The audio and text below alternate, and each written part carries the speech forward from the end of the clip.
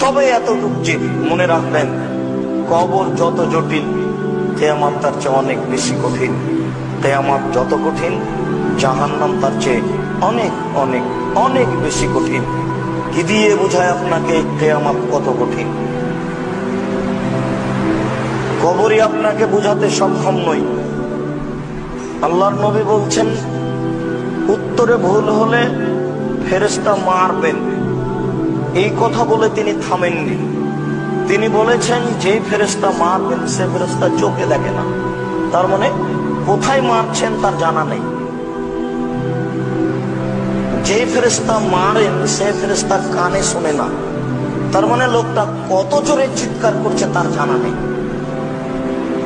তাহলে আপনাকে আমি বুঝাতে পারবো ব্যক্তি কেমন, কত জোরে মারবে। একজন পুলিশকে যদি বলা হয় যে একে 100